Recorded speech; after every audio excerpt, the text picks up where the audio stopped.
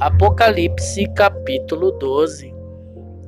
Nós aprendemos na semana passada que a mulher representa a igreja e o período de perseguição que esta igreja sofreria. Mas afinal, quem será a criança? Pois a mulher, ela estava grávida a ponto de dar à luz. O que será que simboliza esta criança? Em que período que o Apocalipse capítulo 12 está se referindo? Quais são as profecias que essa simbologia nos diz no presente e no futuro?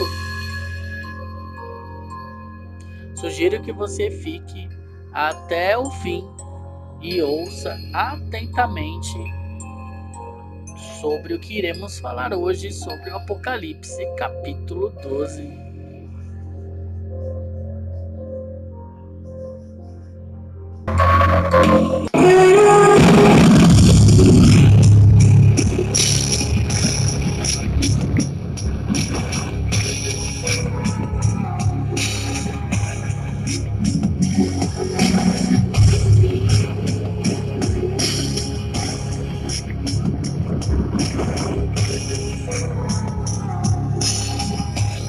O dragão ataca a criança.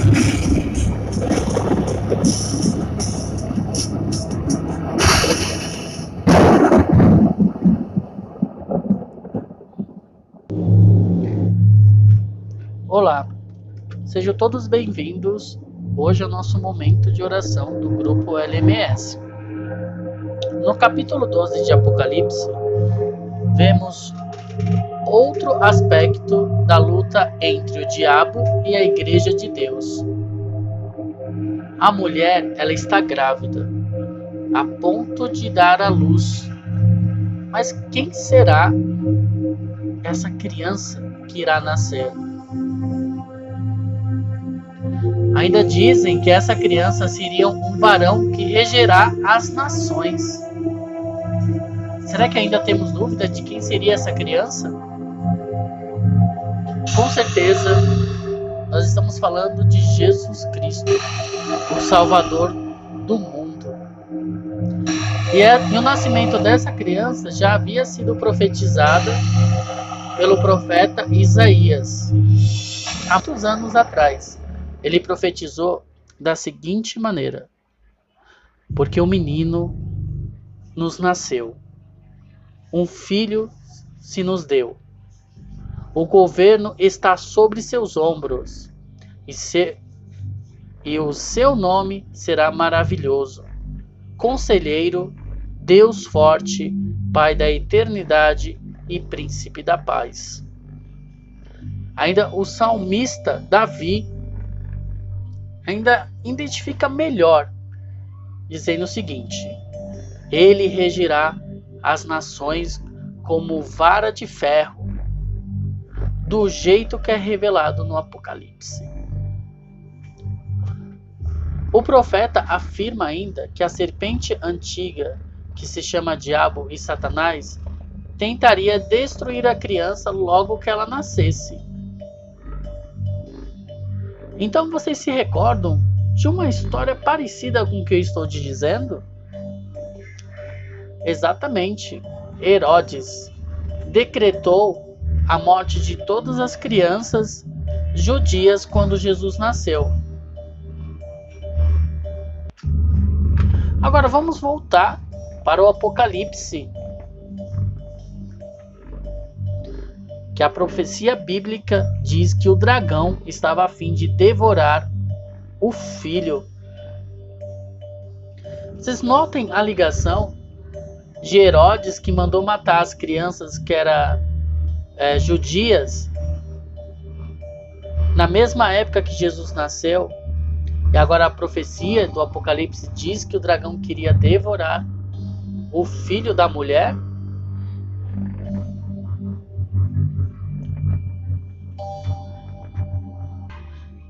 Agora vem a pergunta: Quem será que estava por detrás de Herodes?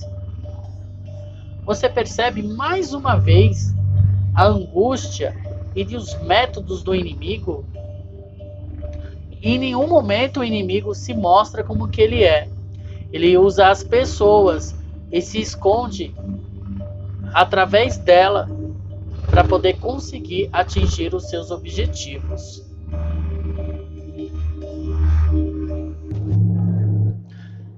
Herodes estava sendo usado e enganado pelo inimigo. Herodes ele estava sendo, na verdade, marionete. Você, porventura, pai ou mãe, está sofrendo por causa de algum filho que se encaminha rumo à destruição? Quem você acha que está por detrás das sensações alucinantes das drogas? Quem está por detrás das ideias de liberdade que não passam de libertinagens, mas que hoje leva a juventude a viver uma vida sem princípios éticos nem morais, onde que tudo é permitido?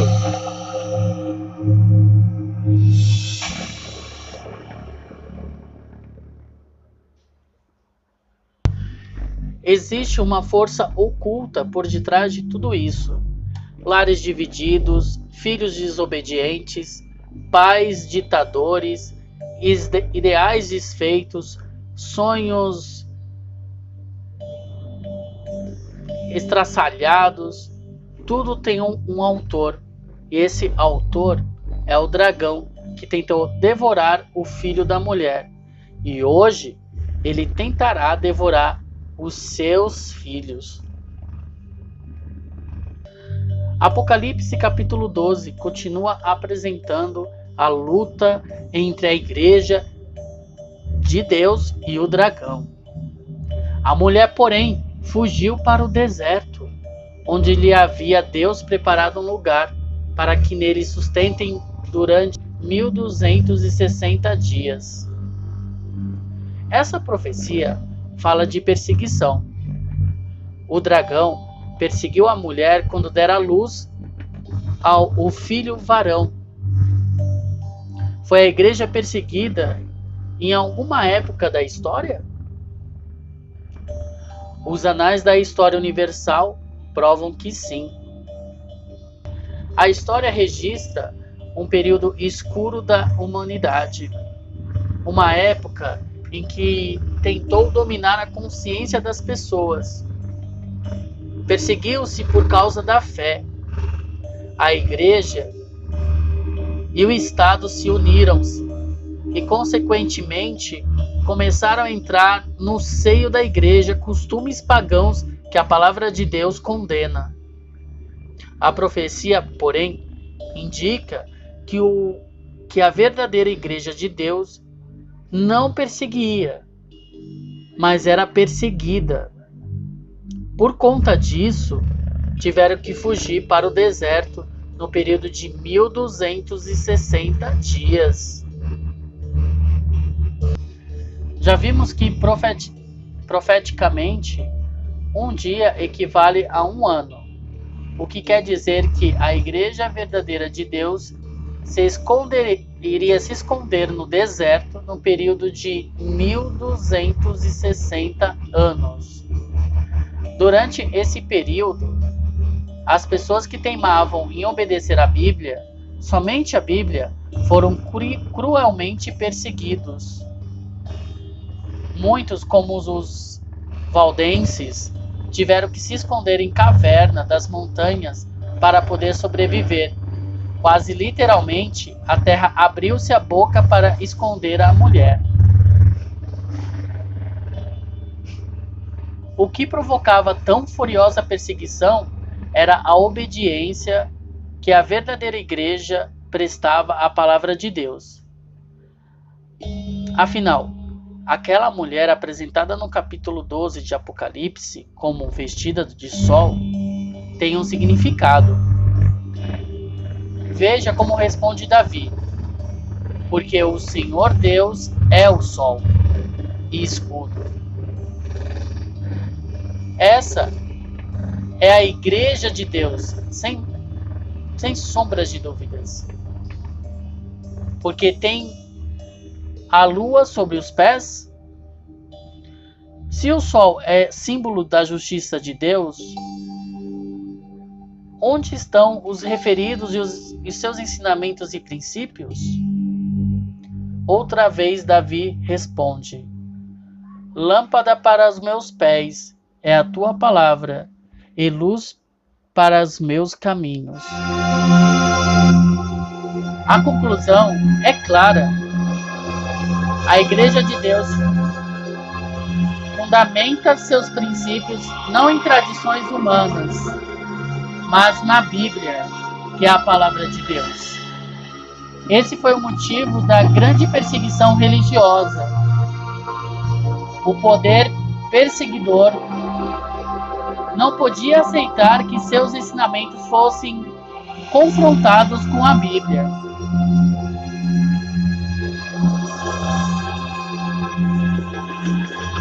É como se diz, aquele período da Santa Inquisição, em que as pessoas elas eram proibidas a ler a Bíblia e não poderiam ficar contra os ensinamentos católicos, os ensinamentos pagãos. Na Santa Inquisição, aqueles que estivessem contra os ensinamentos da Bíblia, elas seriam castigadas, sendo queimadas na fogueira, ou então sofrendo outros tipos de torturas.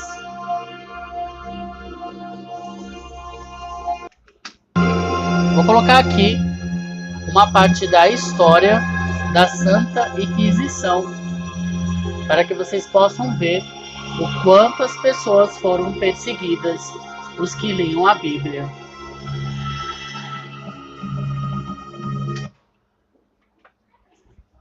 Matar em nome de Deus. Essa era a frase dita por católicos na Idade Média que se autoafirmavam representantes de Cristo.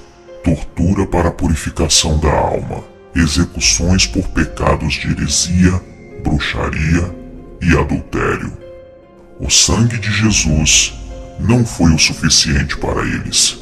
O catolicismo era como um vampiro, cuja sede nunca se acabava. Matar para salvar as almas do pecado ou para ser temida e alcançar grandes poderes políticos. A Santa Inquisição foi a prova de que a Igreja Católica matou mais do que a Segunda Guerra Mundial. Este é o terceiro capítulo da clipsérie mais polêmica da internet.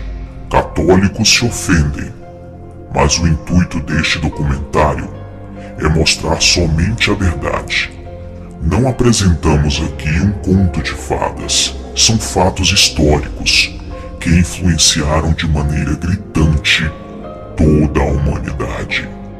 Portanto, se você é católico, saiba que o intuito não é te ofender. Este vídeo não é aconselhável para católicos fanáticos ou para pessoas que não gostam de ouvir opiniões contrárias às suas. A igreja, que no início era uma instituição de fé, havia se tornado um grande reino envolvido na política. Ela resolveu criar uma arma que poderia ser usada contra qualquer um, sem nem ao menos eles terem a chance de se defender. Assim surgiu a temida Inquisição. A Inquisição, ou a Santa Inquisição, foi uma espécie de tribunal religioso criado na Idade Média pela Igreja Católica para condenar todos aqueles que eram contra os seus dogmas, fundada pelo Papa Gregório IX. Essa nova parte da Igreja nada mais era que um tribunal feito para julgar os hereges, pessoas que aos olhos da Igreja havia cometido pecados. No início parecia algo nobre, afinal, eles queriam manter as pessoas na linha, seguindo a palavra de Deus. Mas em pouco tempo, todos notaram a verdadeira face desse monstro criado pela Igreja Católica para perseguir os supostos pecadores. Estabelecida em 1184, a Inquisição teve um dos seus principais trabalhos focado na perseguição aos cátaros, uma seita que divergia da Igreja Católica e estava conseguindo muitos seguidores. Você se lembra do capítulo anterior dessa série? Qual foi o verdadeiro motivo para se acontecer as Cruzadas e a Guerra Santa? A Igreja Católica se levanta contra todo aquele que prega uma ideia diferente e começa a crescer em número de seguidores. Então, os acusando de heresia, mandou matar todos como pecadores e até uma pequena guerra foi feita contra eles. A Inquisição também perseguia qualquer um ou qualquer coisa que fosse considerada ruim pela Igreja, assim como livros que eram proibidos e quem os lesse, vendesse ou tivesse qualquer envolvimento seria condenado à morte sem defesa. Além disso, a Igreja obrigava as pessoas a entregarem qualquer herege que conhecessem, e muitos usaram isso para matarem os seus inimigos, os acusando de heresia e assim os vendo queimar na fogueira pelas mãos da Igreja. Conta-se que certa vez mais de 1.500 pessoas foram injustamente queimadas. Particularmente eu não tenho dúvida disso, pois foram denunciadas por inimigos e como não haviam maneiras de se defender, acabaram mortos. A Inquisição, quando recebia uma denúncia de heresia, simplesmente torturava o suposto herege até ele confessar seu pecado, e na grande maioria das vezes a pessoa não tinha feito nada de errado, mas dizia que sim, para acabar com o sofrimento da tortura. Milhares foram mortos em todo o mundo injustamente. Não eram apenas os divergentes da Igreja que sofriam com a Inquisição. Qualquer pessoa que ameaçasse o poder dos papas era acusado de heresia e morta pela Igreja, mesmo que fosse devota ou uma santa. Isso não interessava mais. Tudo estava focado no lado político das ações.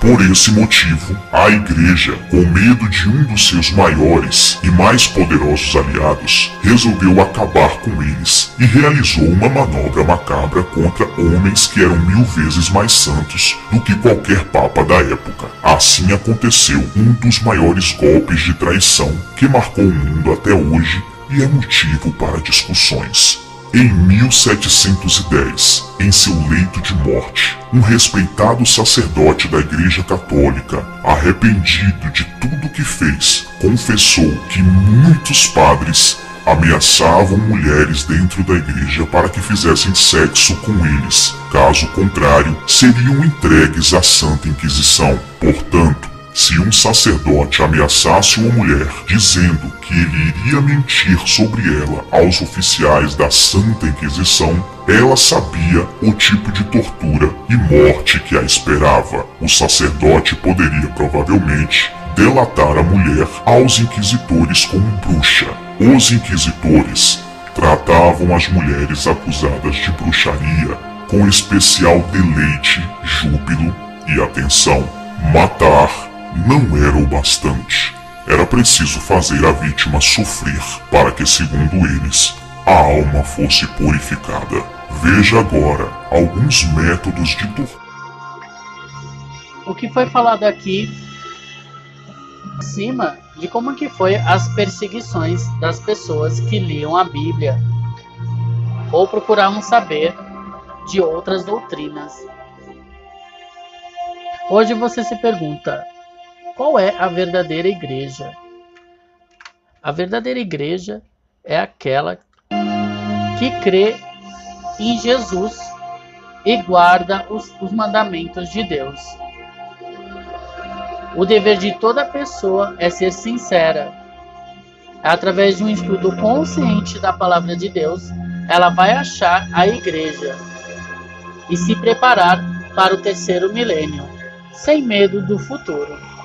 Eu espero que vocês tenham entendido e gostado sobre hoje o que nós falamos um pouco sobre o Apocalipse capítulo 12.